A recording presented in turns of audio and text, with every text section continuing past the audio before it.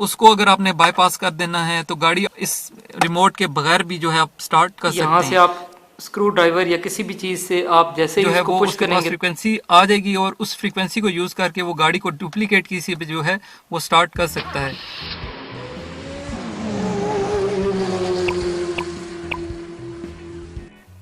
अस्सलाम वालेकुम and welcome to car depth YouTube channel. आज की वीडियो बहुत ही इंपॉर्टेंट है क्योंकि इसमें मैं इमोबिलाइजर से रेलिवेंट सारी इन्फॉर्मेशन आपके साथ डिस्कस करूंगा और इसमें हम देखेंगे इमोबिलाइजर कैसे वर्क करता है और इसके डिफरेंट फीचर्स को भी हम एक्सप्लोर करेंगे और इसके साथ साथ हम ये देखेंगे कि इमोबिलाइजर जो है क्या ये अल्टीमेट सिक्योरिटी आपकी गाड़ी को दे सकता है या इसको बाईपास किया जा सकता है।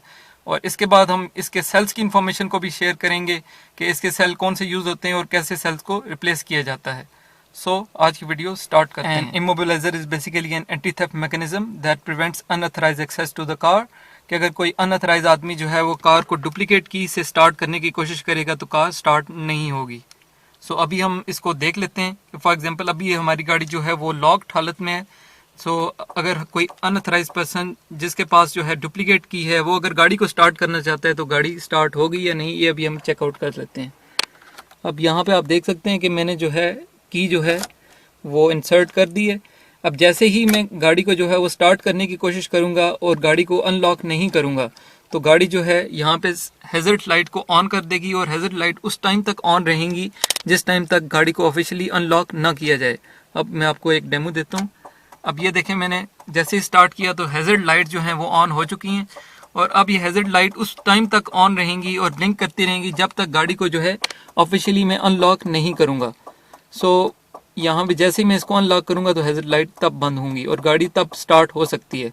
अब यहाँ पे मैं बटन को प्रेस करता हूँ और आप देख सकते हैं कि जैसे ही मैं बटन को प्रेस करूँगा हैजर्ड लाइट जो है वो ऑफ हो जाएंगी।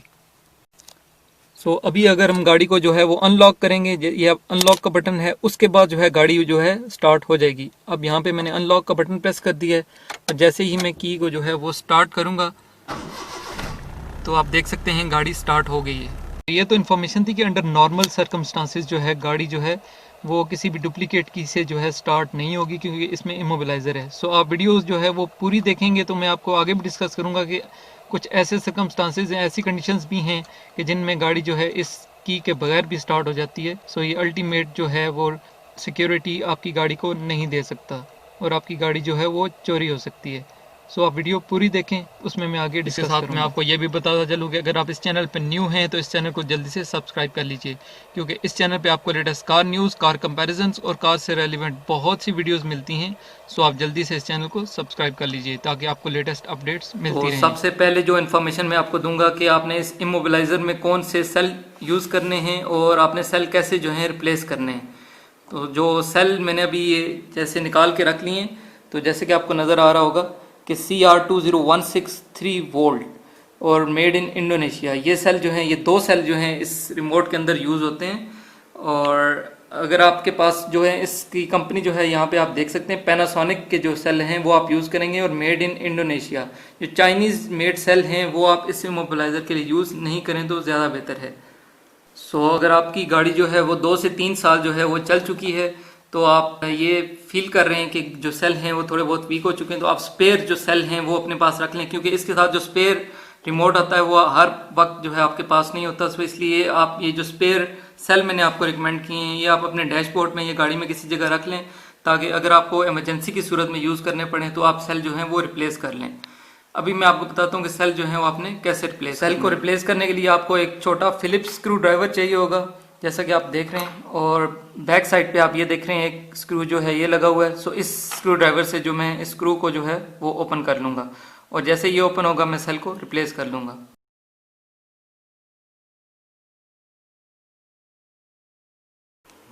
तो यहाँ से आप इसी स्क्रू ड्राइवर से आप इसको हम खोल लेंगे। स्क्रू हमने ओपन कर लिया है और यहाँ से ये आप देख सकते हैं इसको हमने ओपन कर लिया है और ये आपको सेल जो है यहाँ पे मिल जाएंगे और यहाँ से आप स्क्रू ड्राइवर या किसी भी चीज़ से आप जैसे ही उसको पुश करेंगे तो आपके दोनों सेल्स जो हैं वो बाहर आ जाएंगे जैसा कि मैं आपको करके दिखा रहा हूँ।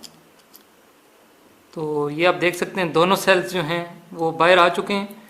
अब नए सेल आप दोबारा रिप्लेस ऐसे ही जैसे मैं इंस्टॉल कर रहा हूँ आप ऐसे ही दोबारा नए सेल जो हैं वो रिप्लेस कर सकते हैं। और सिमिलरली उसको बंद कर सकते हैं। ये तो थी सेल्स और उनकी रिप्लेसमेंट से रेलिवेंट बेसिक इन्फॉर्मेशन। सो अभी हम इमोबिलाइजर की कुछ बेसिक फीचर्स को डिस्कस कर लेते हैं। सो सबसे पहला जो फीचर है वो ये है कि if it remains unattended for more than 30 seconds it will be locked automatically, कि अगर इसको आपने कोई भी प्रेस नहीं किया और गाड़ी को छोड़ दिए तो 30 सेकेंड्स के बाद ऑटोमेटिकली जो इमोबिलाइजर है वो एक्टिव हो जाएगा और गाड़ी जो है वो लॉक। इमोबिलाइजर की सेकंड प्रॉपर्टी ये है कि आपको जो इसकी इंडिकेशंस हैं वो भी मिलती हैं कि गाड़ी अगर आप लॉक या अनलॉक करेंगे तो आपको यहाँ पे उसकी इंडिकेशन मिलेगी। अगर आपको इंडिकेशन नहीं मिल रही तो आपको सेल्फ जो है उनकी रिप्लेसमेंट करनी होगी।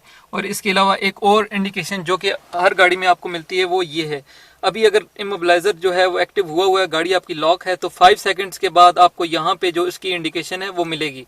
और जैसे ही गाड़ी जो है वो अनलॉक करेंगे तो ये इंडिकेशन खत्म हो जाएगी। जैसे लेट्स सपोज मैंने गाड़ी को जो है वो अनलॉक कर दिए, सो यहाँ पे अभी आपको इंडिकेशन मिलना बंद हो गई है। इसका मतलब ये है कि अभी गाड़ी जो है वो अनलॉक हो चुकी है। लेकिन अगर हम दोबारा गाड़ी को जो है वो लॉक करते हैं तो यहाँ पे हमें लॉक की इंडिकेशन मिल जाएगी। जैसे अभी अब मैंने गाड़ी को लॉक कर दिया है तो यहाँ पे आप देख सकते हैं कि गाड़ी की जो है लॉक वो इंडिकेशन आना शुरू हो गई है। इसके अलावा थर्ड प्रॉपर्टी या फीचर इमोबिलाइजर का ये है कि समटाइम्स आप लॉक बटन को प्रेस करते हैं तो आपकी गाड़ी लॉक होती है और कभी लॉक नहीं होती इसको प्रेस करने से। So it is a clear indication कि आपके सेल्स जो हैं, आपकी बैटरी जो है वो वीक हो चुकी है। सो आप इसकी बैटरी को रिप्लेस कर लें। अभी नेक्स्ट सेक्शन को स्टार्ट करते हैं। जैसा कि मैंने आपको वीडियो के स्टार्ट में कहा था कि क्या ये इमोबिलाइजर जो है वो अल्टीमेट सिक्योरिटी प्रोवाइड कर सकता है आपकी गाड़ी को, तो आंसर है नहीं। लेकिन ये आपकी गाड़ी को चोरी होने से जो है वो डिले ज़रूर करेगा, लेकिन चोरी होने से बचा नहीं सकता, क्योंकि हर गाड़ी में जिसमें भी इमोबिलाइज़र है वो डिपेंड करता है कि वो इमोबिलाइज़र जो है वो बेसिक किन फीचर्स को जो है वो स्टॉप करता है। लेट्स सपोज इस गाड़ी में जो है इमोबिलाइज़र जो है जस्ट 2 जो है फंक्शंस को जो है वो स्टॉप करता है, और जब जैसे हम गाड़ी को अनलॉक करते हैं तो वो 2 फंक्शंस जो हैं वो स्टार्ट होना शुरू हो जाते हैं। सो अगर हम 2 फंक्शंस को बाईपास करते हैं तो आपकी गाड़ी जो है ऑटोमेटिकली जो है वो स्टार्ट हो सकती है। इस गाड़ी में अगर आप देखें तो यहाँ पे आपको एक फ्यूल पंप, एक जो है वो फ्यूल पंप को रोकती है। यहाँ पे एक, अभी वीडियो काफ़ी लंबी हो जाएगी नहीं तो मैं आपको बता सकता कि यहाँ पे गाड़ी का एक फ्यूल पंप की रिले होती है, उसको आप शॉर्ट कर लें। और सेकंड जो है इसके अलावा जो है फ्रंट पे अगर आप जाएं तो गाड़ी का जो स्टार्टर है उसका सेल्फ सिस्टम जो है, सेल्फ स्टार्टर जो है, उसको अगर आपने बाईपास कर देना है तो गाड़ी इस रिमोट के बगैर भी जो है आप स्टार्ट कर सकते हैं। सो कभी भी इस पे रिलाई नहीं करना आपने कि जो इमोबिलाइज़र वाली, बहुत सारे लोग समझते हैं कि हमारी गाड़ी में इमोबिलाइज़र है सो ये चोरी नहीं हो सकती। वो कोई भी गाड़ी हो, चाहे वो टोयोटा हो, होंडा हो या सुजुकी की कोई भी गाड़ी हो, वो इमोबिलाइज़र के बगैर स्टार्ट हो सकती है। वो डिपेंड करता है कि वो किन फीचर्स को जो है वो रोक रही है। सो जो भी हैकर आएगा, वो जो भी इंट्रूडर होगा, वो उन फीचर्स को जो है वो बाईपास करेगा और सिंपल डुप्लीकेट की से या इसके अलावा अपना की स्विच भी अटैच करके गाड़ी को स्टार्ट कर सकते हैं। सो आपने हमेशा क्या, इसका रेमेडी क्या है कि आपने हमेशा जो है वो मैनुअल लॉक्स अपनी गाड़ी में यूज़ करने। तो लेट्स सपोज आपने स्टीयरिंग को जो है वो मैनुअल लॉक कर सकते हैं। इसी तरह आप स्टीयरिंग के ऊपर जो लॉक आता है वो भी यूज़ करें ताकि आपकी गाड़ी को जो इंट्रूडर आए सो उसको चोरी करने में काफ़ी डिले का सामना करना पड़े। इसके अलावा मैं आपको एक टिप भी देता चलूँ। जो व्यूज़ मेरी वीडियोस को रेगुलर देखते हैं उन्हें पता है कि मैं हर वीडियो के लास्ट पे आपको एक टिप भी देता हूँ। सो चलते हैं इस वीडियो की टिप की तरफ। अगर टिप की बात करें तो जिस भी गाड़ी में आपके पास इमोबिलाइज़र है, अगर आप पब्लिक प्लेस पे खड़े हैं और आपने अभी बाहर निकलना है तो गाड़ी को जो है वो बटन से आप लॉक ना करें तो ज़्यादा बेहतर है। गाड़ी को खुद ब खुद लॉक होने दें, यानी कि 30 सेकंड्स आप गाड़ी के साथ खड़े हो जाएंगे तो गाड़ी ऑटोमेटिकली लॉक हो जाएगी। उसका प्रॉब्लम क्या है कि जब भी आप गाड़ी को जो है वो बटन से अनलॉक या लॉक करते हैं तो आपकी अगर किसी भी साथ वाली गाड़ी में या कोई भी इंट्रूडर हो या कोई भी चोरी करने वाला बंदा हो जिसके पास फ्रीक्वेंसी कैचिंग डिवाइस हो, तो वो आप जैसे ही प्रेस करेंगे इसकी फ्रीक्वेंसी जो है उसकी डिवाइस में भी चली जाएगी।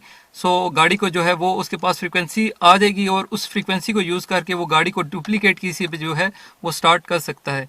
सो आप हमेशा जो है जब भी आप गाड़ी को लॉक करें पब्लिक प्लेस पे तो आप मैनुअल तरीके से, अगर आपकी गाड़ी में जो है वो लॉक है, सिंपल जो डोर लॉक्स हैं वो हैं, तो आप डोर लॉक से भी करके गाड़ी बाहर जा सकते हैं। और इस गाड़ी में जिस तरह इमोबिलाइज़र से डोर लॉक्स यूज़ नहीं होते, कंट्रोल नहीं होते, सो आप जो है बेसिकली गाड़ी को जो है वो अनअटेंडेड छोड़ दें 30 सेकंड्स के लिए और गाड़ी को बहुत ऑटोमेटिकली लॉक होने दें।